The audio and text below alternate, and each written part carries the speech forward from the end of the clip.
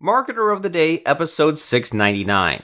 Get comfortable being uncomfortable, understand your numbers, calculate your hourly rate, and implement a winner's mindset with John Kennedy. Hey everyone, and welcome back to the Marketer of the Day podcast. We are joined here with John Kennedy, who is a certified financial planner, and he focuses on working with business owners and helping them scale their business, because long gone are the days of focusing on just these old school techniques to build wealth. And John believes that as a business owner, your mindset is on growing the company, and he understands that for most people, including you listening right now, that means investing every bit of your cash flow back into the business. So, John, glad to be talking to you. Yeah, absolutely, Robert. Thanks for having me today.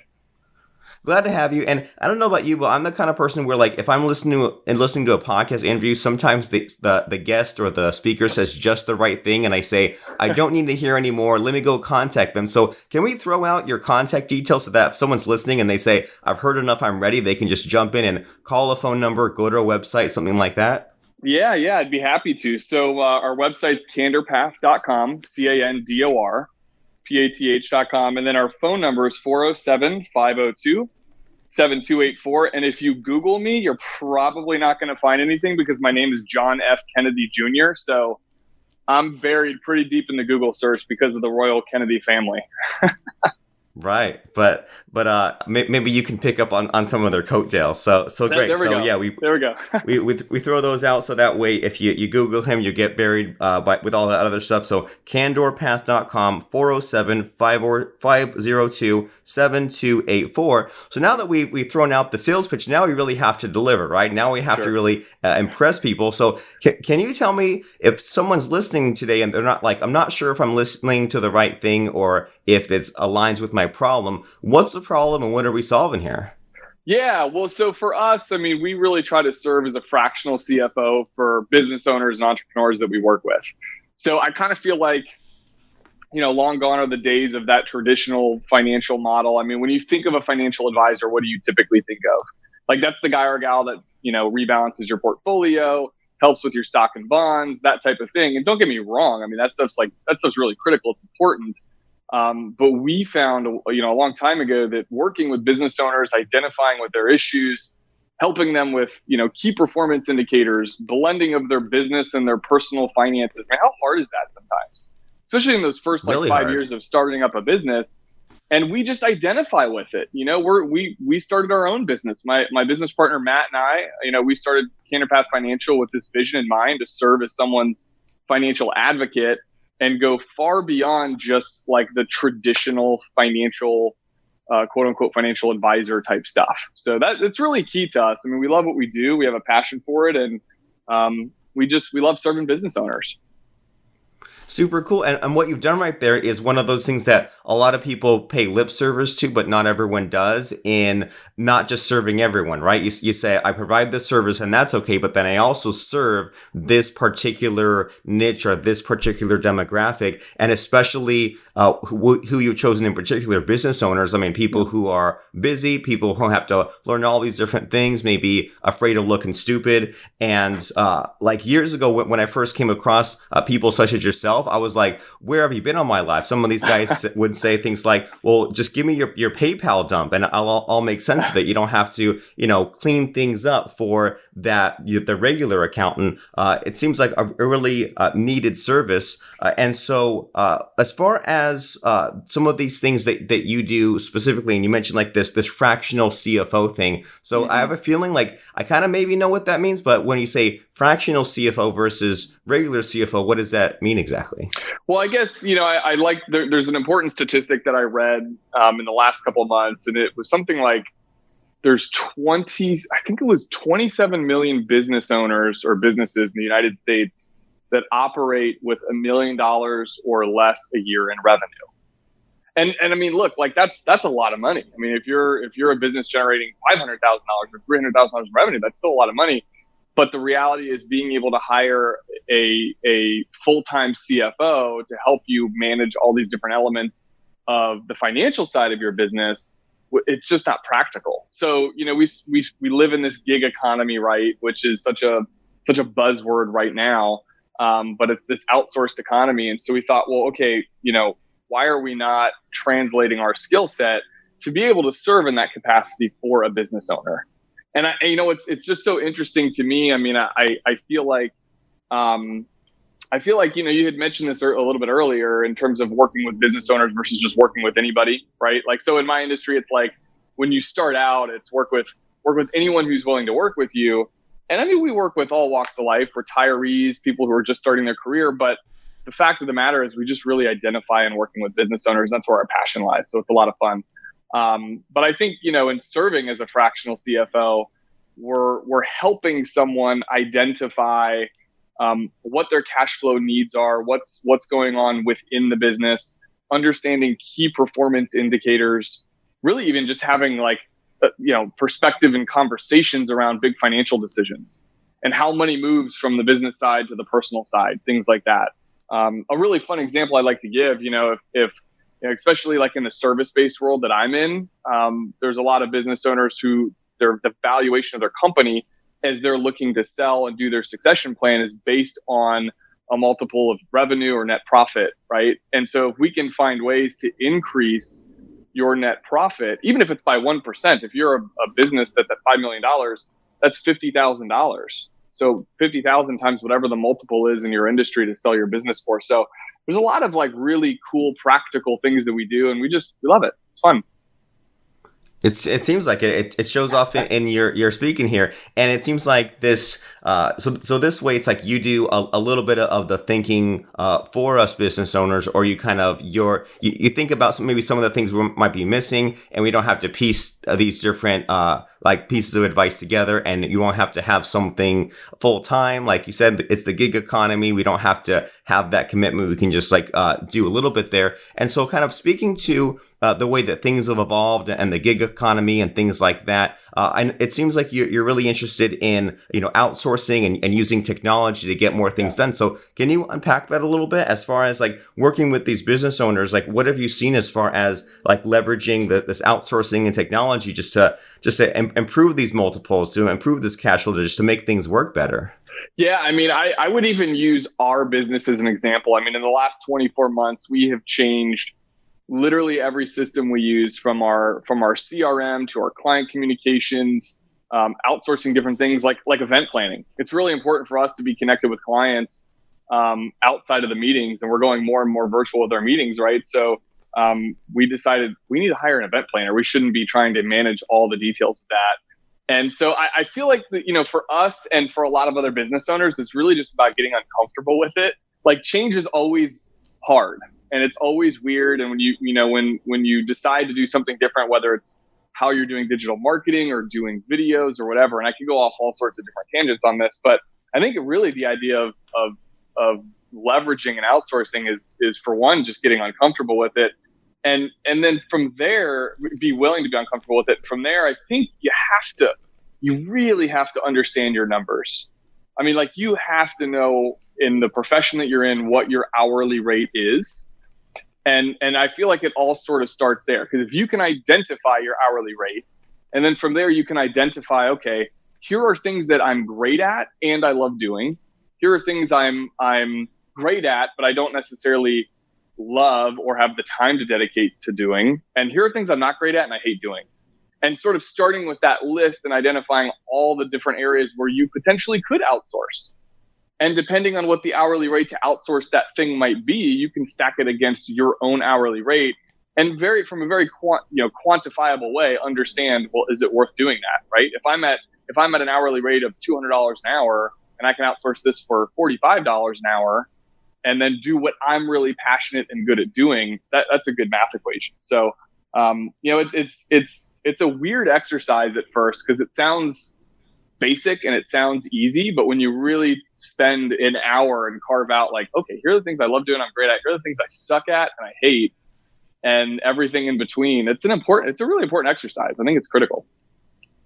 I agree. And that's the kind of thing where I don't do that often enough, but maybe once every, 3 to 5 years, I kind of make my best guess, because as you know, we don't always know exactly what tasks we do unless we track it really well. And I mean, it took me probably a whole decade to even to even think in this way that you're describing. Like in my 20s, I was afraid of looking at numbers, and it wasn't even like sometimes the numbers were down or up, but there was so much emotion attached to all of that, right? Like and I felt like I had to be so involved with things, but then the problem with that was when the numbers were down, I took it personally. When the numbers were up, I told myself like I wasn't doing enough, could be doing more, and then only within the past year or so have me and my business partner finally got into this outsourcing stuff. And I mean, it's like this whole, we've had so many conversations probably every week saying, why didn't we think of in this way earlier? Like you're describing here of like,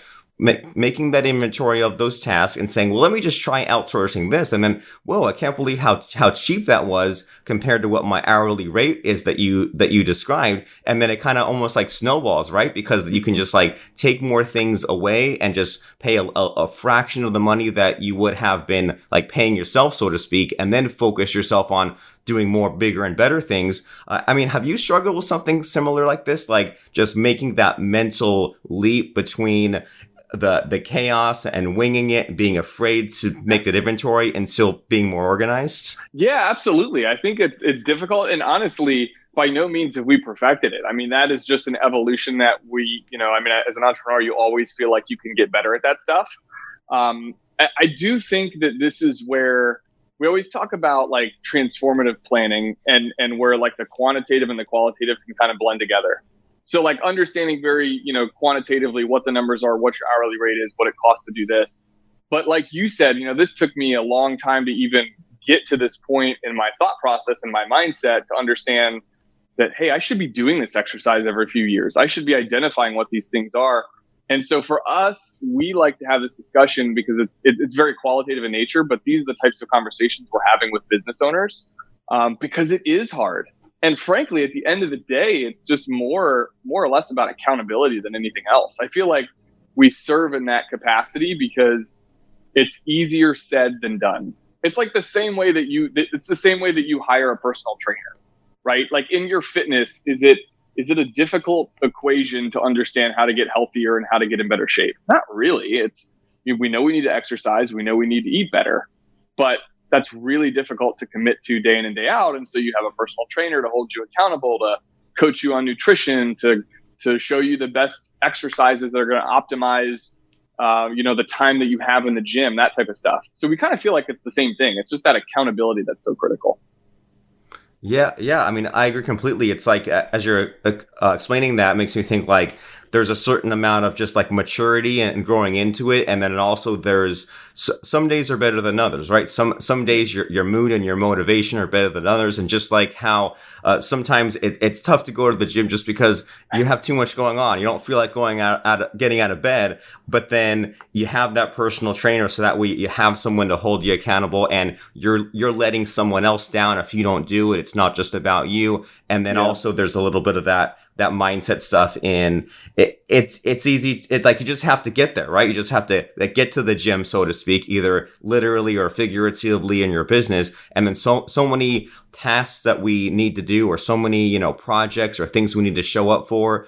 We dread it up until the moment, and then once we're in it, we're like 2 minutes into, say, like maybe a podcast interview. We didn't quite feel like going to a podcast interview. 2 minutes in, I'm like, it's no big deal. I can't believe I was dreading this. And it seems like there's so much of just showing up, and like you're saying here, like going back to the fundamentals, and then making sure to like check in with ourselves, even if it seems like a really simple, easy thing, like writing down our goals or figuring out what these tasks are that we don't really feel like, because if we don't do them, we will really drift, won't we? Like things will happen like driving a car with your eyes closed. Like maybe you'll be okay for 30 seconds, but you're going to end up in some really bad places if you don't know like what you're doing and what you enjoy. And so this is all really important stuff. And then so because you're a certified financial planner, and you're all about the money, you're all about living that lifestyle, getting to that retirement. For a typical 9-to-5er, they kind of know what retirement is like, right? Pay into the retirement account and then you cash out. But as far as business owners, what does retirement look like for some of these people you're working with? Yeah, definitely. That's a great question. And before I answer that, I'd like to say to some of what you just said. I heard this on your podcast recently. I wish I could give credit where it's due. I can't remember who said it, but it was, we oftentimes prioritize urgency over importance. And I thought, when I heard that, oh my gosh, I thought, man, oh man, that's so true. And that just defines all of what we're talking about here. We prioritize urgency, and I'm guilty of it. I have meetings throughout the week. What ends up happening if I have 3 meetings in a day? I need to prepare. I need to be all in and mentally focused on the meeting. I have follow-ups. And so those things are really, really urgent.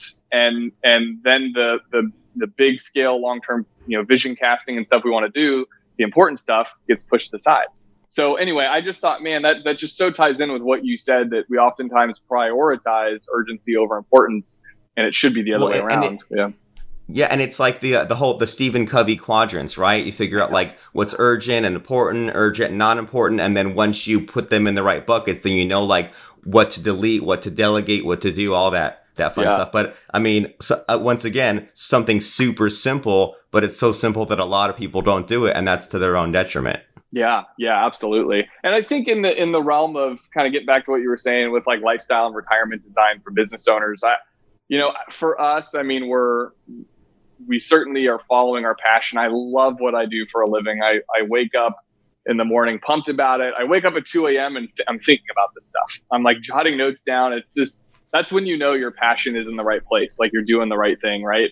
And so I think entrepreneurs today are definitely redefining retirement, right? Like it's not this, hey, let's work until 65, build up a portfolio, which by the way, those are all important things to do, right? Like you need to be saving and building up in other ways and diversify. But that's sort of the old school way of doing it. I think today I work with more and more retirees where we talk about succession planning and selling their business. And then when they get to that point, they love what they do and they don't want to do that yet, so they continue to work in certain aspects of their business. Maybe they do sell it, go back and consult for their business.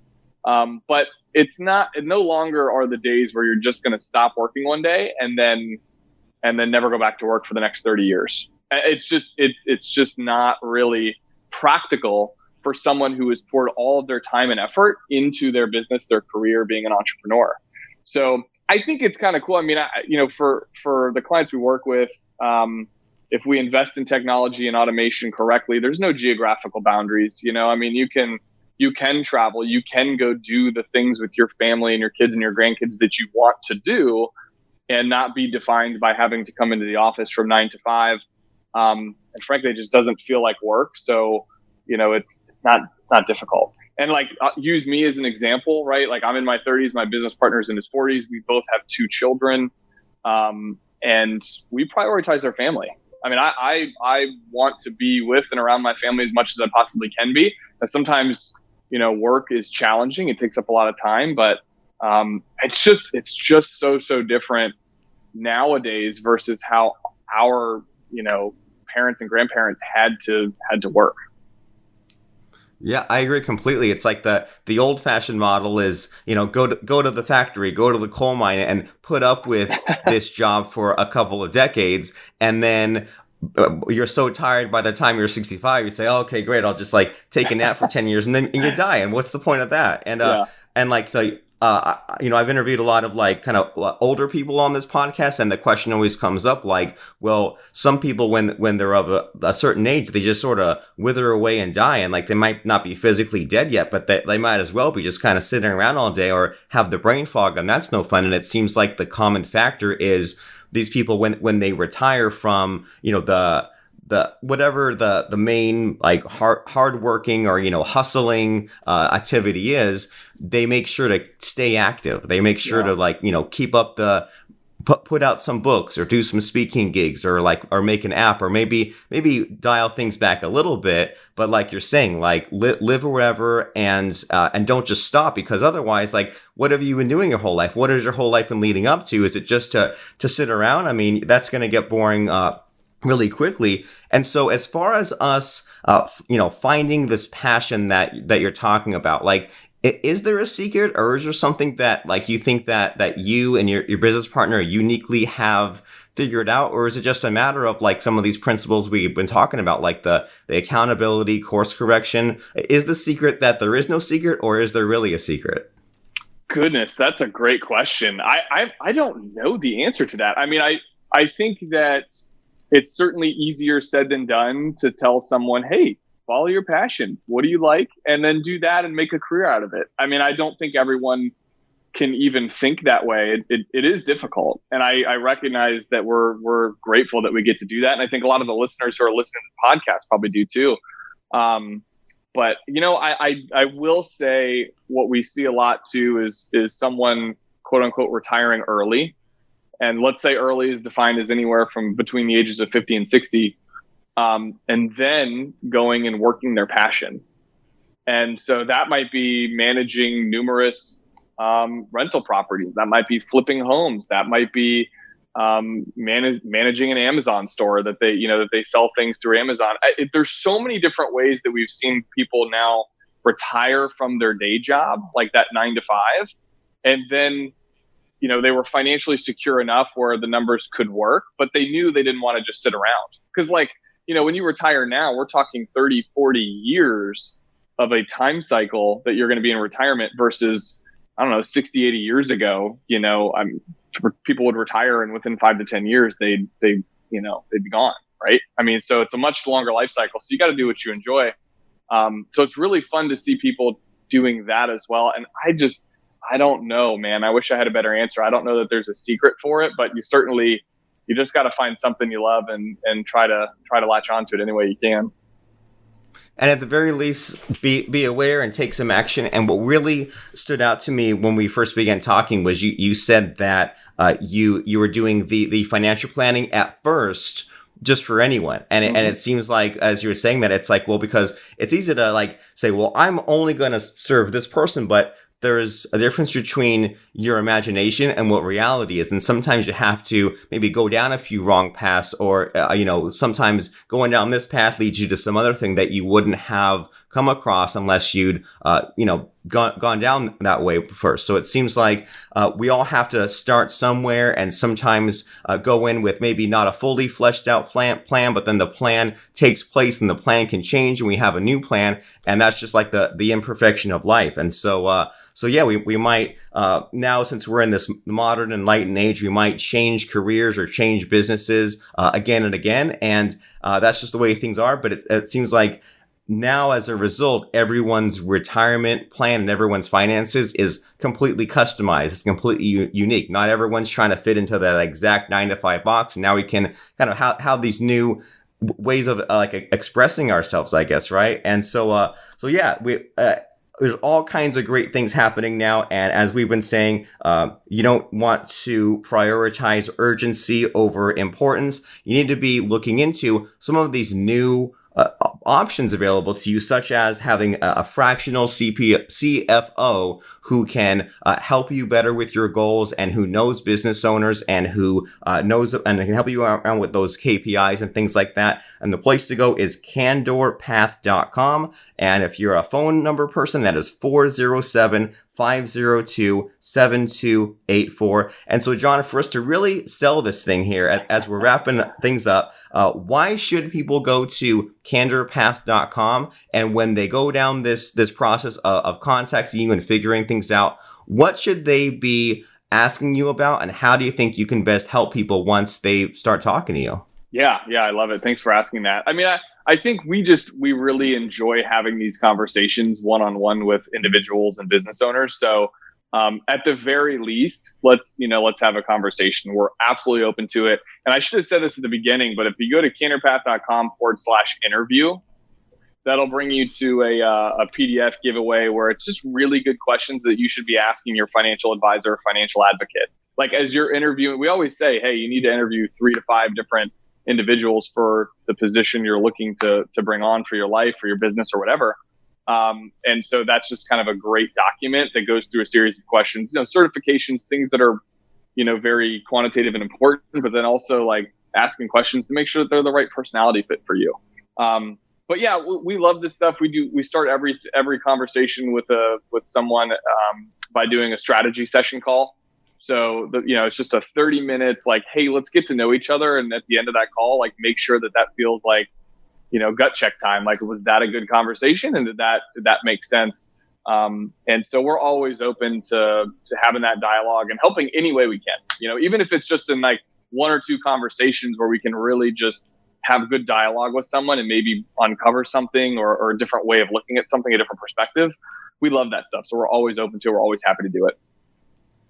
Fantastic. And so can I make sure, am I spelling this right? CANDORPATH.com. Is that right? Got it. Yep, that's right. CandorPath.com. Great. So candorpath.com/interview. Go there, check out those questions. And if retirement or lifestyle planning or your finances have been on your mind in any sense, then why not get to this before it becomes a huge problem? Why not nip it in the bud? And why not that's why it's a plan, right? Get things rolling years before you hit the deadline and have to figure some of these things out. So candorpath.com/interview. Check out that PDF, check out those questions, and go ahead and talk to your 3 to 5 retirement or financial planners. But if John and his team make sense to you, then take the next step, have that conversation, schedule that 30-minute call, and just see if you feel good after it, and see if your questions are answered, and see if it makes perfect sense to move forward. So thanks, John, for stopping by and on a Friday, and for telling us what we need to know and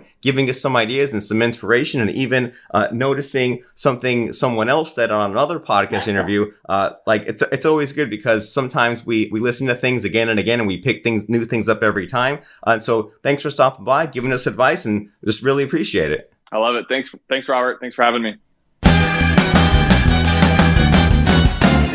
This is Robert Plank, and would you like to be a guest on the program? Do you have an idea for a future episode, or do you just want to tell us how we're doing? Get in touch with us right now at marketeroftheday.com/ask to let us know.